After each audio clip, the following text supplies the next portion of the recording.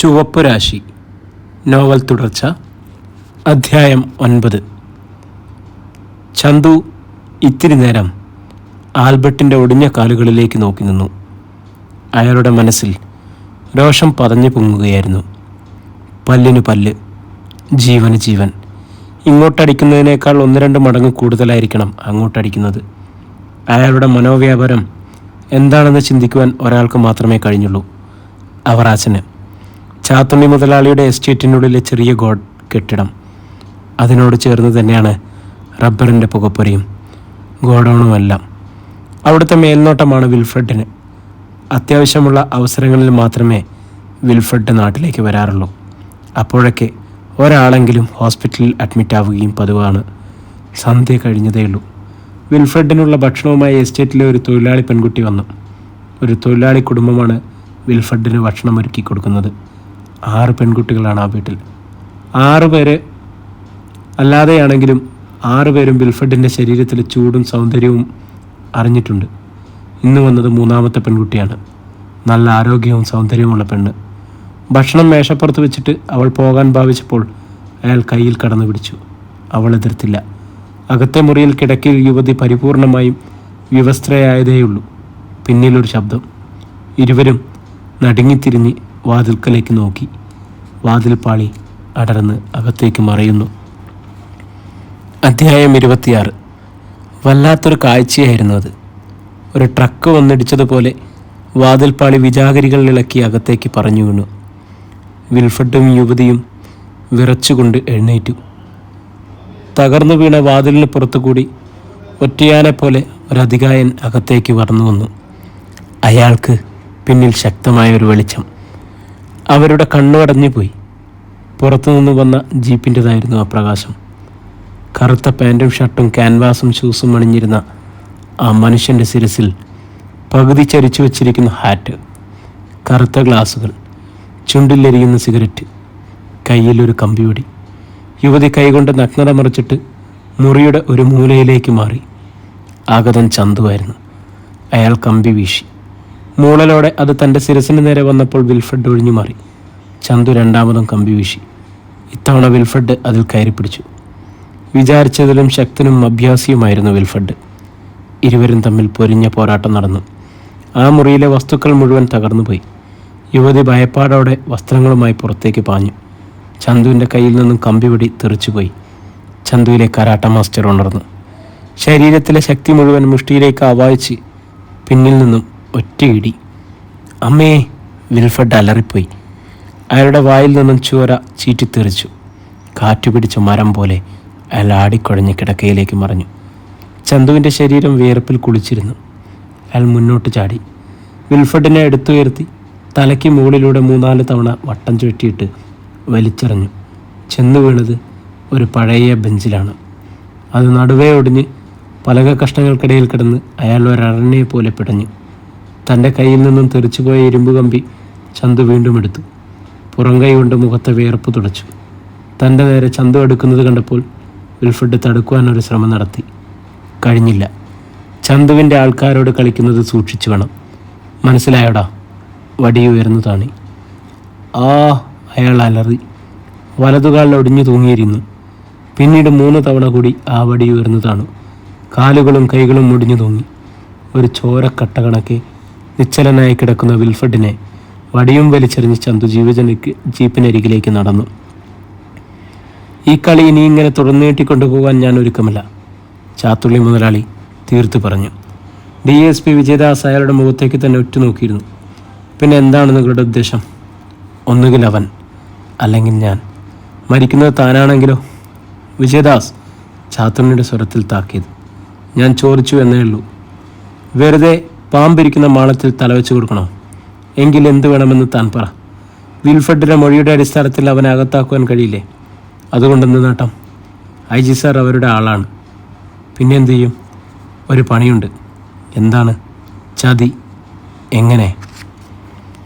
Inspector വിക്രമനെ ഇല്ലാതാക്കിയതുപോലെ. രാവിലെ അവൻ അവറാച്ചൻ്റെ വീട്ടിൽ നിന്നും വരുന്ന നേരത്താണെങ്കിൽ താഴെ കൊക്കയിൽ കിടന്നുകൊള്ളും.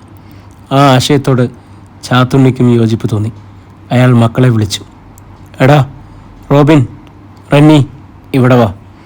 അടുത്ത ദിവസം രാവിലെ ചന്തു നേരെ അവറാച്ചൻ മുതലാളിയുടെ മുന്നിലെത്തി. ഞാനൊരു കാര്യം പറയാൻ പോവുകയാണ്, പറ്റില്ലെന്ന് മാത്രം പറയരുത്. അവറാച്ചൻ അത്ഭുതത്തോടെ ചന്തുവിനെ നോക്കി. ഇത്രയും നാളായിട്ടും ഒരു കാര്യത്തിന് പോലും ചന്തു മുഖവുര ഉപയോഗിച്ചിരുന്നില്ല. പറയൂ, എനിക്ക് ഉറപ്പ് തരണം. എന്നെ അത്രയ്ക്ക് വിശ്വാസമല്ലേ ചന്തുവിന്? അയ്യടാ, അതല്ല ഞാൻ പറയടോ. പട്ടണത്തിൽ എനിക്ക് വളരെ അടുത്തറിയാവുന്ന ഒരു ഡോക്ടറുണ്ട്, ധർമ്മപ്രസാദ്. ആൾ വിദഗ്ധനാണ്. ലിസിയെ അദ്ദേഹത്തെ ഒന്ന് കാണിക്കണം. ഡോക്ടർ പറയുകയാണെങ്കിൽ അവിടെ അഡ്മിറ്റ് ചെയ്യണം.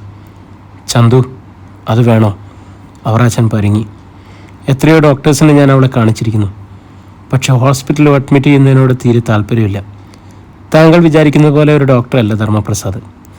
അദ്ദേഹത്തിൻ്റെ ഹോസ്പിറ്റലിൽ ലിസിക്ക് എല്ലാവിധ സുരക്ഷിതത്വവും ഉണ്ടായിരിക്കും. ഇതെല്ലാം കേട്ടുകൊണ്ടാണ് മേരി അവിടേക്ക് വന്നത്. ചന്തു പറയുന്നത് പോലെ നമുക്ക് മോളെ ഒരു പരീക്ഷിച്ചു നോക്കിയാലോ? എത്ര കാലം ആ ഭ്രാന്താണെന്ന് പറഞ്ഞിങ്ങനെ വീട്ടിൽ കൊണ്ടുവച്ചിരിക്കുന്നത്. പിന്നെ അവറാച്ചനും എതിരഭിപ്രായമില്ലായിരുന്നു. ചന്തു ഹോസ്പിറ്റലിലേക്ക് ഫോൺ ചെയ്തു. ഡോക്ടർ ധർമ്മപ്രസാദുമായി ബന്ധപ്പെട്ടു.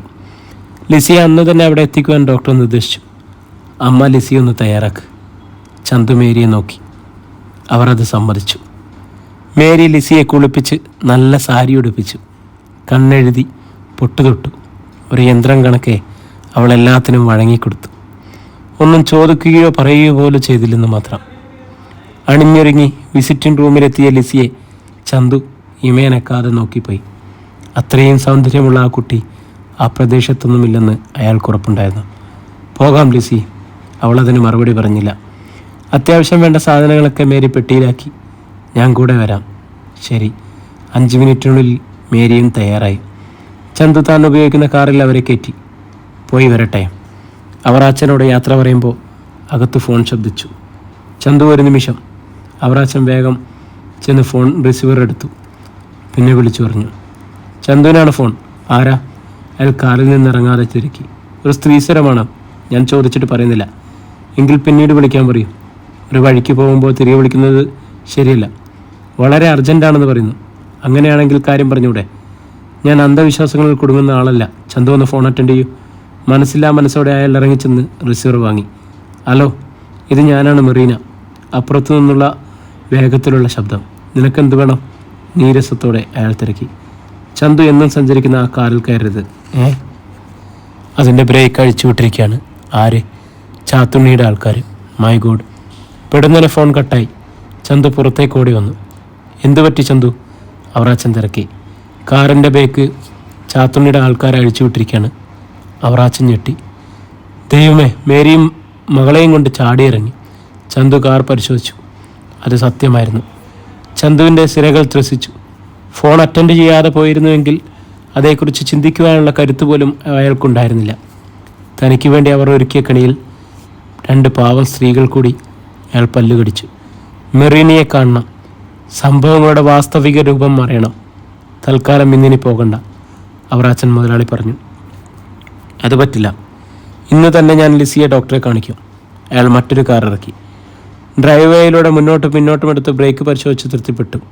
അതിൽ സ്ത്രീകളെ കയറ്റി നേരെ ഹോസ്പിറ്റലിലേക്ക്. ഈ അവസരത്തിൽ അങ്ങകലെ കുന്നിൻ മുകളിൽ നിന്നും ബൈനോക്കുലറിലൂടെ റോഡിലേക്ക് നോക്കുകയായിരുന്നു ചാത്തുണിയും മക്കളും. അവൻ കാറ് മറിയാണല്ലോ എന്ന് പോകുന്നത്, റോബിൻ ജാളിതയോടെ പറഞ്ഞു. ചാത്തുണ്ണി ഞെട്ടിച്ചൊടിച്ചു. ഒരു കാറിൻ്റെ ബ്രേക്ക് മാത്രമേ അഴിച്ചു വിട്ടിരുന്നുള്ളൂ. റെന്നി തലകുലുക്കി. ചാത്തുണ്ണി തിരിഞ്ഞതും കൈവീശി ഒറ്റയടി. പടക്കം പൊട്ടുന്ന ശബ്ദം. റെന്നി കവളിൽ കൈ അമർത്തി നിലവിളിയോടെ. നീയൊക്കെ ജീവിച്ചിരിക്കുന്നതാണ് എനിക്ക് കോടാലി. ബുദ്ധിയില്ലാത്തവന്മാർ. എടാ, എല്ലാ വാഹനങ്ങളുടെയും ബ്രേക്ക് വെച്ച് വിട്ടുകൂടായിരുന്നോ? നീയൊക്കെ മുടിഞ്ഞു പോകുമായിരുന്നോടാ. അവറാച്ചൻ്റെ കൂടെയുള്ളവരിൽ ആര് ചത്താലും നിനക്കെന്താ? കലിമൂത്ത് നിൽക്കുന്ന ഡാഡിയോട് എന്തെങ്കിലും പറയുവാൻ റോബിനും റെന്നിക്കും മടിച്ചു. വേണ്ടി വന്നാൽ റിവോൾവർ എടുത്ത് നിറയൊഴിക്കാനും മടിക്കുന്നവരല്ല ഡാഡി. ഉച്ച കഴിഞ്ഞപ്പോൾ ചന്തുവിൻ്റെ കാർ ഡോക്ടർ മെറീനയുടെ ഹോസ്പിറ്റലിന് മുന്നിലെത്തി. ചന്തു പുറത്തേക്കിറങ്ങി അകത്തേക്ക് നടന്നു. കുമാർ അതിൽ തന്നെ ഇരുന്നു. മെറീന തൻ്റെ റൂമിൽ തന്നെ ഉണ്ടായിരുന്നു. ഏതോ പുസ്തകത്തിൻ്റെ താള് മറിച്ചു നോക്കുകയായിരുന്നു. ഈ അവസരത്തിൽ വാതിൽക്കൽ ചലനം കെട്ട് തലയുയർത്തി മെറീനയുടെ ചുണ്ടിൽ നിന്നും അസംഷ്ടമായ സ്വരമുണ്ടായി. ചന്തുവട്ടൻ. അവൾ എണീറ്റു. ആ കണ്ണുകളിൽ അപ്പോഴും അവിശ്വസനീയത. ചന്തു അവൾക്ക് മുന്നിൽ നിന്നു. ചന്തുവട്ടൻ ഇരിക്കി. അയാളിരുന്നു. ഞാൻ വന്നത് കാറിൻ്റെ ബ്രേക്ക് അഴിച്ചു വിട്ടതിനെക്കുറിച്ച് കൂടുതൽ അറിയാനും 3 ജീവനുകൾ രക്ഷപ്പെടുത്തിയതിന് നന്ദി പറയാനുമാണ്. മുഖപൂര കൂടാതെ തന്നെ അയാൾ പറഞ്ഞു. മെറീനെ ഫോൺ ചെയ്യുവാൻ ഒരു നിമിഷം വൈകിയിരുന്നെങ്കിൽ അവരുടെ കണ്ണുകളിൽ നടുക്കം. ഞാൻ കാർ സ്റ്റാർട്ട് ചെയ്യാൻ ഭാവിച്ചപ്പോഴാണ് ഫോൺ ശബ്ദിച്ചത്. കാറിൽ മറ്റാരൊക്കെ ഉണ്ടായിരുന്നു? അവർ അച്ഛൻ മുതലാളിയുടെ ഭാര്യയും മക്കളും. ഞങ്ങൾ ഹോസ്പിറ്റലിലേക്ക് പുറപ്പെടാൻ ഭാവിക്കുകയായിരുന്നു.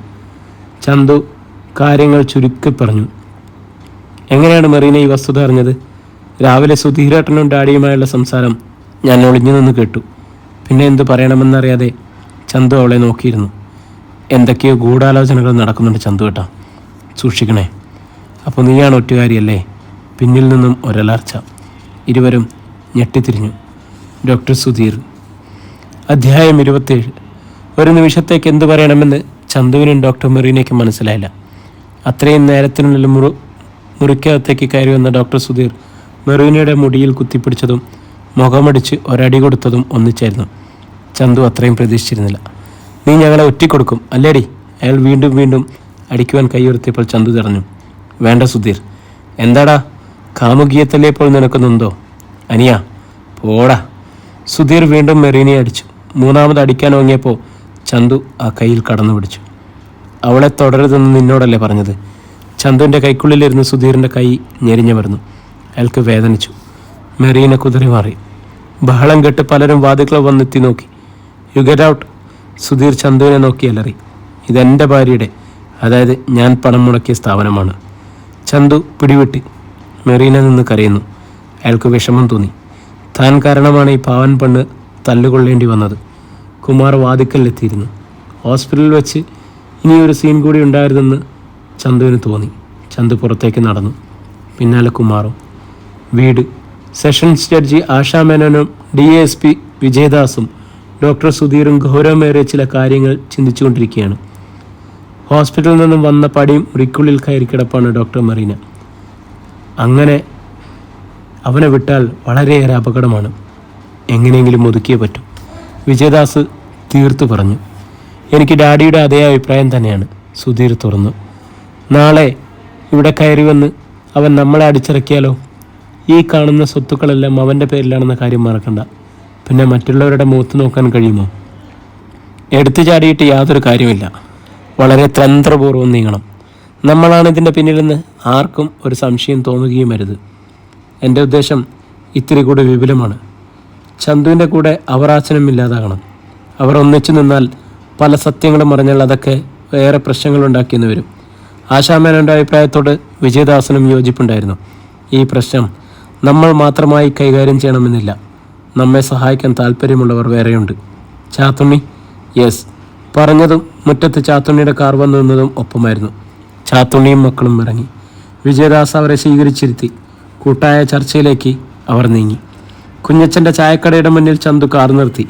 അത് കണ്ടതും അയാൾ ഓടി അടുത്തു വന്നു. ചന്തു സാർ. ചന്തുവിൻ്റെ മുഖമിരുട്ടു. ചേട്ടൻ എന്താ എന്നെ വിളിച്ചത്? കുഞ്ഞച്ചൻ പരുങ്ങി. ചന്തു. ബാക്കി പറയുവാൻ അയാൾ സമ്മതിച്ചില്ല. അത്രയും വിളിച്ചാൽ മതി. എന്നാലും എന്താ ചേട്ടാ? ഞാൻ ചന്തു തന്നെയാണ്. അവറാച്ചൻ മുതലാളിയുടെ മാനേജരായെന്ന് മാത്രം.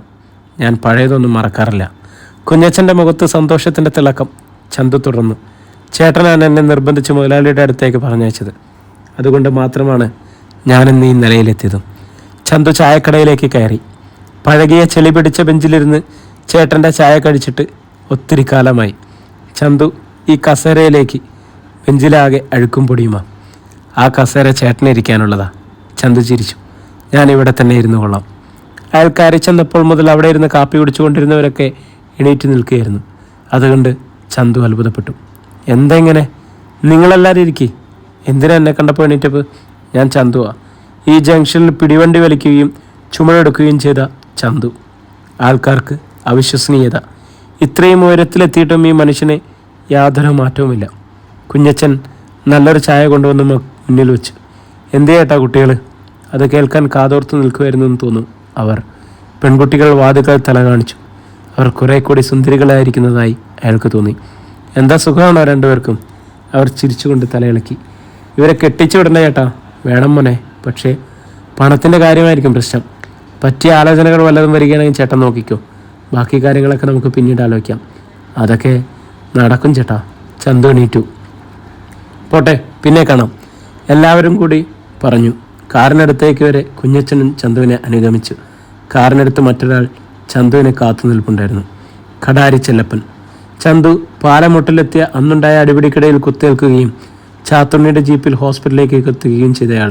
പക്ഷേ ഇന്നാൾ വെറും ചെല്ലപ്പനാണ്. ഹോസ്പിറ്റലിൽ നിന്നിറങ്ങി ഒരിക്കൽ പോലും അയാൾ കടാരിയുമായി നടന്നിട്ടില്ല. ഇന്ന് അധ്വാനിച്ചാണ് ജീവിതം. മദ്യപാനം പോലും ചെല്ലപ്പൻ ഉപേക്ഷിച്ചിരിക്കുന്നു. എന്തൊക്കെയുണ്ട് ചെല്ലപ്പ വിശേഷങ്ങൾ? അയാൾ തലചൊറിഞ്ഞു. എന്തെങ്കിലും പറയടോ, ഇവിടെ ജോലി തീരെ കുറവാണ്. അവർ അച്ഛൻ്റെ മുതലാളിയുടെ ഏതെങ്കിലും ഒരു കമ്പനിയിൽ ആലോചിക്കാം, അത് മതി. ചന്തു കാറിൽ കയറി. കൃത്യം 3-ാം നാൾ ചെല്ലപ്പന് അവർ അച്ഛൻ മുതലാളിയുടെ പട്ടക്കമ്പനിയിൽ ജോലി കിട്ടി. ദിവസങ്ങൾ കടന്നു പോവുകയാണ്. ഡോക്ടർ ധർമ്മപ്രസാദിൻ്റെ ഹോസ്പിറ്റലിൽ ലിസി ചികിത്സയിൽ തന്നെയാണ്. അവളുടെ രോഗം ഭേദമാക്കാമെന്ന് പ്രസാദ് ചന്തുവിന് ഉറപ്പ് കൊടുത്തു കഴിഞ്ഞു.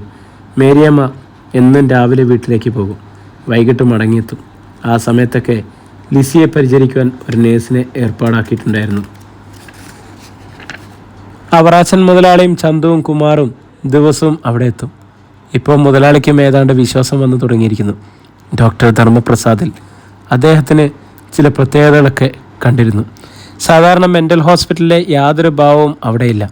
ജീവനക്കാരും രോഗികളോടുള്ള പെരുമാറ്റത്തിൽ തന്നെ എന്തു വൈചിത്രം!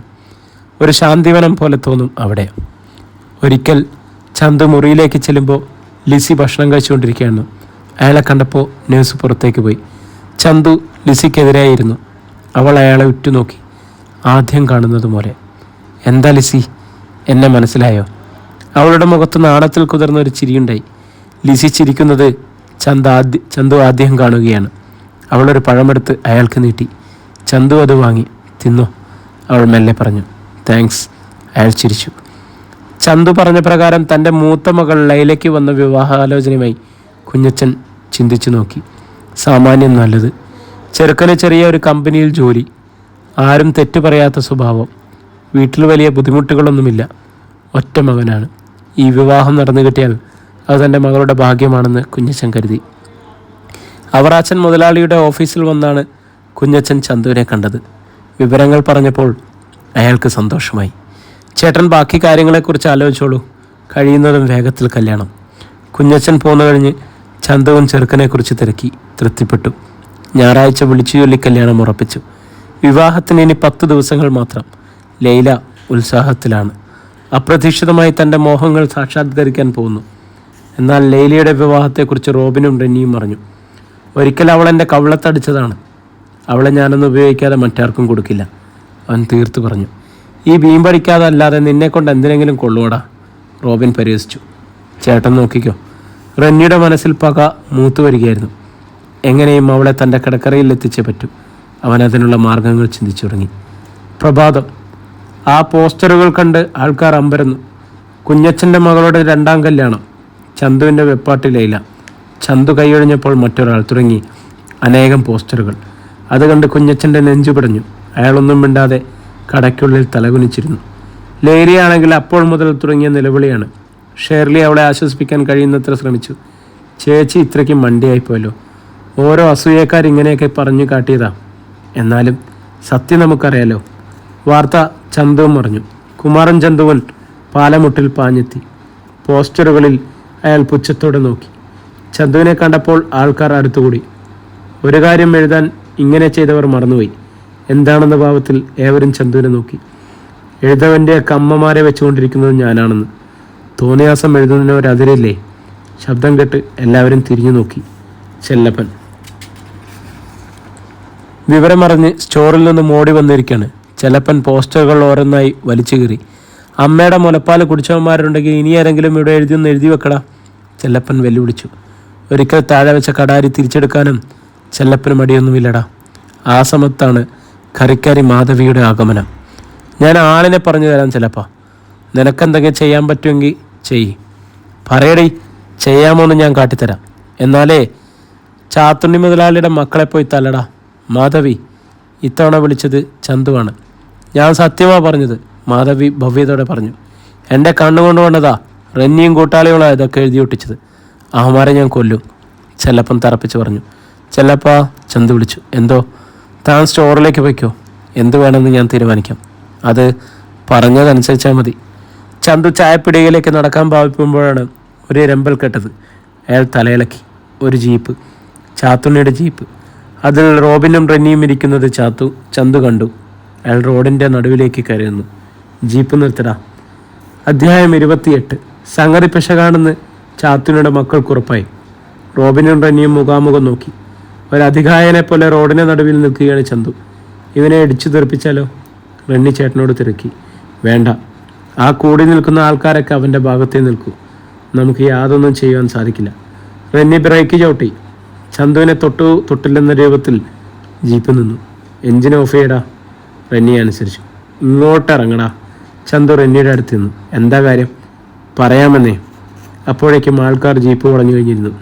റെന്നി പുറത്തേക്ക് ഇറങ്ങാൻ മടിച്ചു. ആൾക്കാരൊക്കെ ഒരുപാടുണ്ട്. വെറുതെ സ്ക്രീൻ സൃഷ്ടിക്കല്ല റെന്നി മോനെ. എന്നോട് കൽപ്പിക്കാൻ നീ ആരാണടാ? റെന്നിക്ക് കോപം വന്നു. ഇവിടുത്തെ രാജാവാണ് നീ. ഇപ്പോൾ അതെ. പറഞ്ഞതും അയാൾ റെന്നിയെ വലിച്ച് പുറത്താട്ടി. ഷട്ടേന്ന് വിടറ. റെന്നിയെ കൈ തട്ടി മാറ്റി. എന്താ നിന്റെ ഉദ്ദേശം? ചന്തു കുമാരനെ നോക്കി. അയാൾ കീരത്തറയിലിട്ടിരുന്ന ഒരു പോസ്റ്റർ എടുത്തുകൊണ്ട് വന്നു. ആരാ മോനെ ഇത് എഴുതിയത്? ഇത് നല്ല കൂത്ത്. ഞാനെങ്ങനെ അറിയും? വെറുതെ ഒഴിഞ്ഞു മാറാൻ ശ്രമിക്കല്ലേ. കട്ടവനെ കിട്ടിയില്ലെങ്കിൽ കണ്ടവനെ പിടിക്കാനാണോ നിന്റെ ഭാവം?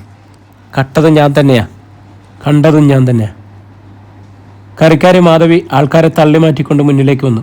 ഇന്നലെ രാത്രിയിൽ താനും കുറേ പേരും ചേർന്ന് ഇതൊക്കെ ഒട്ടിക്കുന്നത് എൻ്റെ കണ്ണുകൾ കൊണ്ട് ഞാൻ കണ്ടതാ. റെന്നി മാധവിയെ തുറിച്ചു നോക്കി. അവൻ്റെ മുഖം വിളറി. മാധവി, അങ്ങനെ തന്നെ എൻ്റെ പേര്. ആ നേരത്ത് നീ എവിടെ പോയതായിരുന്നടി? വ്യഭിചരിക്കാൻ. തനിക്കെന്തെങ്കിലും നഷ്ടമുണ്ടോ? റെന്നിയുടെ നാവടഞ്ഞു. റോബിനും ഒന്നും പറയാൻ പറ്റാത്ത അവസ്ഥയിലായിരുന്നു.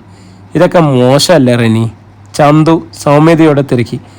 ആണുങ്ങൾക്ക് ചേർന്നതാണ് ഇതൊക്കെ. നീ നിൻ്റെ കാര്യം നോക്കിയാൽ മതി. ഓക്കെ, ഇത് എൻ്റെ കൂടി പ്രശ്നമാണല്ലോ. പോസ്റ്ററിലെ പേരുകാരൻ ഞാനായിപ്പോയല്ലോ. ചന്തു തുറന്നു. ഏതായാലും വന്നത് വന്നു. താൻ വാ. എവിടെ? ആ പെങ്കൊച്ച് രാവിലെ മുതൽ കണ്ണീരൊഴുക്കാൻ തുടങ്ങിയതാ.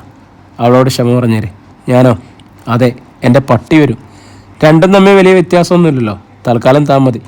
ചന്തു, ആരാണെന്ന് ഓർമ്മ വേണം. ഉവ്, നിന്റെ അന്ത്യം എടുക്കാറായി. റെന്നി മോനൊരു ജോത്സ്യം അറിയാമോ? അവൻ പല്ലു കടിച്ചു. സമയം പോകുന്നു. വേഗം വന്നാട്ടെ റെന്നി. നീ പോടാ. റോബിനും പുറത്തിറങ്ങി. ചാത്തുണ്ണിയുടെ മക്കളെ കൊണ്ട് ക്ഷമ പറയിപ്പിക്കാൻ ഒരു പട്ടിയും വളർന്നിട്ടില്ല. അവസാനം പറഞ്ഞത് ചാത്തുണ്ണിയുടെ പേര്. തൽക്കാലം ക്ഷമ പറയിപ്പിക്കാമെന്ന് ഞാനൊന്ന് നോക്കട്ടെ. നടക്കടാ. ചന്തു റെന്നിയെ മുന്നോട്ട് തള്ളി. അവൻ തിരിഞ്ഞ് ചന്തുവിനെ അടിച്ചു. അവൻ ആ കൈ തട്ടി മാറ്റിയിട്ട് മുഖമടച്ചൊന്നു കൊടുത്തു. മുഖത്തിൻ്റെ ഷേപ്പ് മാറിയതും റെന്നി അയാളെ ഒന്നുകൂടി നോക്കി. തലയ്ക്കുള്ളിൽ വണ്ടുകൾ മൂളിപ്പറക്കുന്നത് പോലെ. ചന്തുവിനെ എതിരിടാൻ റോബിനും മുന്നോട്ട് കുതിച്ചതും പിറകിൽ നിന്നും കുമാർ തോളിൽ വെച്ചു. വേണ്ട കൊച്ചു മുതലാളി, ഇവിടെ നിൽക്കുന്നവർ ഓരോ തവണ കൈവച്ച പിന്നീട് നിങ്ങളുടെ പൊടി പോലും കാണില്ല. ഓർമ്മ വേണം. റോബിൻ നിന്നു. ചന്തു റെന്നിയെ കുഞ്ഞച്ചൻ്റെ ചായക്കടയിലേക്ക് നടത്തി. ലേലേ, ചന്തു വിളിച്ചു. അവൾ ഞെട്ടിപ്പിടഞ്ഞെഴുന്നേറ്റു. സാരിയുടെ തലപ്പ് കൊണ്ട് മുഖം തുടച്ചു. ഇവിടെ വാ. ആ ആജ്ഞയെ ധിക്കരിക്കാൻ അവൾക്കാകുമായിരുന്നില്ല. കരഞ്ഞു കലങ്ങിയ കണ്ണുകളുമായി ലൈല വാതിൽക്കലെത്തി. ക്ഷമ ചോദിക്കട അവളോട്. ചന്തുവിന് കൽപ്പന. അതും റെന്നി മടിച്ചു. അത് വേണ്ട ചന്തുവനെ. കുഞ്ഞച്ചൻ ഇടയ്ക്ക് കയറി. ആരാണിത് ചെയ്തതെന്ന് മനസ്സിലായല്ലോ. അത് മതി. ചേട്ടൻ ഈ കാര്യത്തിൽ ഇടപെടണ്ട. കുഞ്ഞച്ചൻ്റെ നാവടഞ്ഞു. പറഞ്ഞതനുസരിക്കടാ. തടി കേടാകണ്ടെന്ന് കരുതി റെന്നി പറഞ്ഞു. ക്ഷമിക്കണം. പോയിക്കോ. ആൾക്കാർക്കിടയിലൂടെ റെന്നി ജീപ്പിനരികിലേക്ക് നടന്നു. അവർ അവനെ കൂകി. സർവ്വതും സംഹരിക്കുവാനുള്ള കോപത്തോടെ അവൻ ജീപ്പ് വിട്ടുപോയി. എന്തെങ്കിലുമൊക്കെ കുഴപ്പമുണ്ടാക്കുമെന്ന് എൻ്റെ മനസ്സ് പറയുന്നു. കുഞ്ഞച്ചന് ഭീതി. ചേട്ടൻ വെറുതെ മനസ്സ് വിഷമിപ്പിക്കണ്ട. എന്തിനും ഞങ്ങളൊക്കെ അല്ലേ ഇവിടെ. എന്നിട്ടും കുഞ്ഞച്ചൻ്റെ ഭീതി വിട്ടുമാറിയില്ല. ഫോ, പട്ടിക്ക് പിറന്നവന്മാർ. ചാത്തുണ്ണി മുതലാളി മക്കളുടെ മുഖമടച്ച് ആട്ടി. മാറിപ്പോയിനടാ എൻ്റെ മുന്നിൽ നിന്ന്. അണ്ടി കളഞ്ഞ അണ്ണാനെ പോലെ നിൽക്കുന്നു. റോബിൻ്റെയും റെന്നിയുടെയും മുഖങ്ങളിൽ ചോരമയം ഉണ്ടായിരുന്നില്ല. ഇനിയെങ്ങനെ പകൽ സമയങ്ങളിൽ പുറത്തിറങ്ങും? ആൾക്കാർ കൂക്കി വിളിക്കില്ലേ? ചായക്കടക്കാരൻ കുഞ്ഞച്ചൻ്റെ മോളോട് ക്ഷമ പറയുക. റെന്നിയുടെ മനസ്സിൽ പ്രതികാരം ജ്വലിക്കുകയായിരുന്നു. മുറിയിലെത്തിയ ഉടനെ അവനൊരു കുപ്പി വിസ്കി എടുത്തു. അതിൻ്റെ അടപ്പ് കടിച്ചു തുറന്ന് വായിലേക്ക് കമഴ്ത്തി. വെള്ളം പോലും ചേർക്കാതെ 3-4 കവിൾ കുടിച്ചിട്ട് പുറംകൈ കൊണ്ട് തുടച്ചു. ഇല്ല, കുഞ്ഞച്ചൻ്റെ മകളുടെ കല്യാണം നടക്കില്ല. അഥവാ നടന്നാൽ അതിനു മുമ്പ് ഞാൻ അവളെ ചണ്ടിയാക്കിയിരിക്കും. ലഹരി പിടിച്ചു തുടങ്ങിയപ്പോൾ അവൻ അതിന് പറ്റിയ മാർഗങ്ങൾ ആലോചിച്ചാൻ തുടങ്ങി. ഡോക്ടർ ധർമ്മപ്രസാദിൻ്റെ ഹോസ്പിറ്റലിൽ ലിസി യഥാർത്ഥ ലോകത്തേക്ക് മടങ്ങി വരാൻ തുടങ്ങിയിരിക്കുന്നു. അവളുടെ ആരോഗ്യവും പ്രസരിപ്പുമെല്ലാം അടിക്കടി കൂടിക്കൊണ്ടിരിക്കുന്നു. ഒപ്പം സൗന്ദര്യത്തിന് മാറ്റുകൂടുവാൻ തുടങ്ങി. ചന്തുവിനെ കാണുന്നത് തന്നെ ഇപ്പോൾ അവൾക്കൊരു ഹരമാണ്. ഒരു ദിവസം അവൻ ഹോസ്പിറ്റലിൽ ചെല്ലാതിരുന്നാൽ പിറ്റേന്ന് അവൾ പിണക്കം ഭാവിക്കും. എല്ലാം മിനിറ്റുകളോളം എന്നുള്ളത് മാത്രമേ ഉണ്ടായിരുന്നുള്ളൂ. അവളുടെ മാറ്റം അവറാച്ചനെയും മേരിയെയും ഏറെ സന്തോഷിപ്പിച്ചു. ഒരിക്കലും ഇനി തങ്ങളുടെ മകളെ ഈ നിലയിൽ കാണാമെന്ന് വിചാരിച്ചത് അവർക്കുണ്ടായിരുന്നില്ല. എന്നിരുന്നാലും ചന്തുവാണ് എല്ലാത്തിനും വഴിയൊരുക്കിയത്. അയാളോട് അവർക്കുള്ള സ്നേഹവാത്സല്യങ്ങൾ വർദ്ധിക്കുകയായിരുന്നു. ചായക്കടക്കാരൻ കുഞ്ഞച്ചൻ്റെ മകൾ ലൈലയുടെ വിവാഹത്തിന് ഇനി 2 ദിവസം മാത്രം. ചന്തു ലൈലയെയും ഷെർലിയെയും കുട്ടി പട്ടണത്തിൽ പോയി. അവർക്ക് ആവശ്യത്തിനുള്ള വസ്ത്രങ്ങളും ആഭരണങ്ങളുമെല്ലാം തിരഞ്ഞെടുത്തു. കുഞ്ഞച്ചൻ വേണ്ടപ്പെട്ടവരെല്ലാം ക്ഷണിച്ചിരുന്നു. ചാത്തുണ്ണി മുതലാളിയെ ക്ഷണിക്കാതിരിക്കുന്നത് ശരിയില്ലെന്ന് വിചാരിച്ച് അയാൾ അവിടെയും ചെന്നു. കൃത്യം അറിഞ്ഞപ്പോൾ ചാത്തുണ്ണിക്ക് കോപം കൊണ്ടല്ലറി. റാസ്കൽ, ഇറങ്ങടാ ഗേറ്റിന് പുറത്ത്. എൻ്റെ ഭൂമിയിൽ പാട്ടം കെട്ടിക്കിടക്കുന്നവന് എന്നെ കല്യാണം വിളിക്കാൻ ധൈര്യമുണ്ടായി അല്ലേ? മുതലാളി, ഞാൻ മിണ്ടരുത്, പോകാനാണ് നിന്നോട് പറഞ്ഞത്. കുഞ്ഞച്ചൻ അവിടെ നിന്ന് ഇറങ്ങിപ്പോയി. എന്നാൽ അവറാച്ചൻ മുതലാളിയെ ക്ഷണിക്കാനെത്തിയ അയാൾക്ക് ഹൃദയപൂർവ്വമായ സ്വീകരണമാണ് കിട്ടിയത്. തീർച്ചയായും വരും കുഞ്ഞപ്പ. വല്ലപ്പോഴുമൊക്കെയല്ലേ ഇങ്ങനെ ഒരു സദ്യയൊക്കെ കിട്ടൂ. ശരിക്കും പറഞ്ഞാൽ നാണം തോന്നിയത് കുഞ്ഞച്ചനാണ്. കാരണം കോടീശ്വരനായ മുതലാളി പറഞ്ഞത് കേട്ടില്ലേ? വിവാഹത്തിൻ്റെ തലേ ദിവസം ചന്തുവും കുമാറും ഓഫീസിൽ നിന്നും ലീവെടുത്ത് രാവിലെ മുതലേ അവിടെ കൂടി. ഉച്ചയായപ്പോഴേക്കും ചെല്ലപ്പനും എത്തിക്കഴിഞ്ഞിരുന്നു. ഒരു ഉത്സവത്തിൻ്റെ പ്രതീതിയായിരുന്നു അന്ന് പാലമുട്ടിൽ. അവിടേക്കാർക്കൊക്കെ കുഞ്ഞച്ചനോട് വളരെ സ്നേഹമായിരുന്നു. അന്ന് കുഞ്ഞച്ചൻ ആരോടും ചായക്ക് പണം വാങ്ങിയില്ല. പട്ടണത്തിൽ നിന്നും ചന്തു വരുത്തിയ ആൾക്കാരാണ് അടുത്ത ദിവസത്തേക്ക് സദ്യ ഒരുക്കുന്നത്. ബിരിയാണിയും മട്ടനും. ആടുകളെ ഒരിടത്ത് കെട്ടിയിരിക്കുന്നു. ലൈലയുടെയും ഷെർലിയുടെയും അടുത്ത കൂട്ടുകാരികളൊക്കെ അവിടെയുണ്ട്. ചന്തുവും കുഞ്ഞച്ചനും എന്തൊക്കെയോ പറഞ്ഞ് പൊട്ടിച്ചിരിച്ചുകൊണ്ട് കടയുടെ മുന്നിൽ കസേരകളിൽ ഇരിക്കുമ്പോഴാണ് ചാത്തുണ്ണിയുടെ കാർ റോഡിലൂടെ പോയത്. അയാൾ പല്ലു കടിക്കുന്നത് അവർ കണ്ടു. ഇരുവരും ചിരിച്ചു. അല്ലാതെ എന്തു ചെയ്യാൻ? സായാഹ്നം. ലൈലയും ഷെർലിയും നീലിപ്പുഴയിൽ കുളിക്കാനായി പോയി. പെണ്ണുങ്ങളുടെ കടവാണ്. അവിടെ ആണുങ്ങൾ വരാറേയില്ല. ചുറ്റും ചില പൊന്തക്കാടുകളും മറ്റുമുള്ളതിനാൽ അവൾക്ക് വസ്ത്രം മാറുന്നതിനൊന്നും ഒരു പ്രയാസമില്ല. തുവർത്ത് ചുറ്റി വെള്ളത്തിലിറങ്ങുമ്പോൾ ഷെർലി ലൈലയോട് പറഞ്ഞു, നല്ല പോലെ കുളിച്ചോ, നാളെ ചെല്ലുന്നിടത്ത് പുഴയും തോടൊന്നുമില്ല, ഒന്ന് പോടി അവിടുന്ന്. ലൈല അനുജത്തിയെ ജലം കോരി. പിന്നെ ഇരുവരും സ്ഫടികം പോലെയുള്ള ജലത്തിൽ നീന്തി കുളിച്ചു. കരിയില പൊന്തക്കാടുകൾക്ക് പിന്നിൽ ആർത്തിയോടെ ഇതൊക്കെ നോക്കിക്കൊണ്ടിരിക്കുന്ന ചില കണ്ണുകളെക്കുറിച്ച് അവർ അറിഞ്ഞതേയില്ല. ഏറെ നേരം കഴിഞ്ഞാണ് അവർ കരയ്ക്ക് കയറിയത്. വസ്ത്രം മാറാൻ തുടങ്ങിയതും പിന്നിൽ നിന്നും ബലിഷ്ഠമായ കരങ്ങൾ അവരെ വലിഞ്ഞു മുറുക്കി. ഒപ്പം ശക്തമായ താക്കീതും, മിണ്ടിപ്പോകരുത്. നിലവിളിക്കായി വായ തുറന്നപ്പോൾ കൈപ്പത്തി മുഖത്തമർന്നത് ലൈല അറിഞ്ഞു. അധ്യായം 21. നിമിഷ നേരം കൊണ്ട് ലൈലയും ഷെർലിയും ആ കൈകൾ പിടിമുറുക്കി. അവർക്കൊന്ന് ചലിക്കുവാൻ പോലും കഴിയാത്ത വിധത്തിൽ. ഒപ്പം അവർ ചുറ്റിയിരുന്ന തുവർത്തുകൾ അഴിഞ്ഞു താഴെ വീഴുകയും ചെയ്തു. പെൺകുട്ടികൾ പരിപൂർണ നഗ്നർ. അവർ പിടഞ്ഞുപോയി. കൈകൾ അവരെ പൊന്തക്കാടിനുള്ളിലേക്ക് വലിച്ചിഴച്ചു. റോബിനും റെന്നിയുമായിരുന്നു അത്. അവരുടെ ആൾക്കാരിൽ ചിലരും അവിടെ ഉണ്ടായിരുന്നു. നീയൊക്കെ ഞങ്ങളെക്കുറിച്ച് എന്താണ് വിചാരിച്ചത്? റെന്നി പല്ലു കടിച്ചു. ഒരിക്കൽ നീ എന്നെ തല്ലിയില്ലേ? എല്ലാത്തിനും കൂടി ഒന്നിച്ച് പ്രതിഫലം തരാനാടി ഞങ്ങൾ വന്നിരിക്കുന്നത്. അവർ ലൈലയെ തറയിലേക്ക് തള്ളിയിട്ടു. അവൾ കാലുകളടിച്ചു കിടഞ്ഞു. അങ്ങോട്ട് അടങ്ങിക്കിടക്കടി. തുലവും വ്യത്യാസമില്ലായിരുന്നു ഷെർലിയുടെയും അവസ്ഥ. റോബിനെ അവളുടെ സൗന്ദര്യം മത്തുപിടിപ്പിക്കുകയായിരുന്നു. ഈ പൊന്തക്കാടിനുള്ളിൽ തന്നെയാണ് തങ്ങളുടെ അവസാനമെന്ന് പെൺകുട്ടികൾക്ക് തോന്നി. ഇടയിൽ എങ്ങനെയോ ഒരവസരം വന്നപ്പോൾ റെന്നിയുടെ കൈ കടിച്ചു മുറിച്ചു. ചോര ചീറ്റി. അവൻ്റെ പിടിയൊന്നയച്ചതും അവൾ അമറി നിലവിളിച്ചു, രക്ഷിക്കണേ, മിണ്ടാതിരേടി. റെന്നി അവളുടെ മുഖത്ത് ആഞ്ഞടിച്ചു. ലൈല തളരുകയാണ്. റോബിൻ്റെയും റെന്നിയുടെയും ഗുണ്ടകൾ ഒരു വലയം സൃഷ്ടിച്ചു. ഇവളുമാർ ഒരു തരത്തിലും രക്ഷപ്പെടരുത്. താൻ റോമിന് അടിമപ്പെടാൻ പോവുകയാണെന്ന് ഷേർലിക്ക് ഉറപ്പായി. ആ നിമിഷത്തിലാണ് അത് സംഭവിച്ചത്. ഒരാരവം. ഏവരും കാതുകൾ വട്ടം പിടിച്ചു. അവർ നടുങ്ങി. മങ്ങിയ ഇരുളിലൂടെ ഒരു സംഘം ആളുകാർ പൊത്തക്കാടിന് നേരെ ഓടിയെടുക്കുന്നത് ഗുണ്ടകൾ കണ്ടു. റോബൻ കുഞ്ഞെ ഓടിക്കോ പറഞ്ഞതും ഗുണ്ടകൾ ഓടിക്കഴിഞ്ഞിരുന്നു. സംഗതി പിശകാണെന്നറിഞ്ഞപ്പോൾ റോബിനും റെന്നിയും പെൺകുട്ടികളെ വിട്ട് ചാടി എഴുന്നേറ്റു. മുന്നിൽ ഓടി വന്നത് ചന്തുവും കുമാറും ചെലപ്പനുമായിരുന്നു. പെൺകുട്ടികൾ തുണിചാരി ചുറ്റി. അവന്മാരവിടെ? ചന്തു അലറി. അതാ ഓടുന്നു. ചെല്ലപ്പൻ കൈ ചൂണ്ടി. വരീൻ. അവൻ പിന്നാലെ പാഞ്ഞു.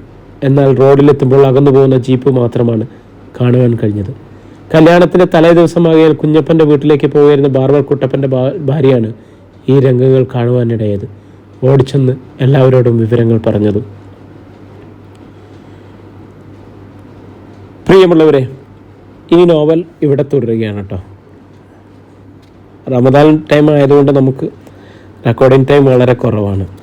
അപ്പം ഇതിൻ്റെ അടുത്ത ഭാഗമായിട്ട് വീണ്ടും നമ്മൾ നാളെ കാണുന്നതായിരിക്കും കേട്ടോ. എല്ലാവർക്കും ഒത്തിരി സ്നേഹത്തോടെ നന്ദി. വീണ്ടും കാണാം.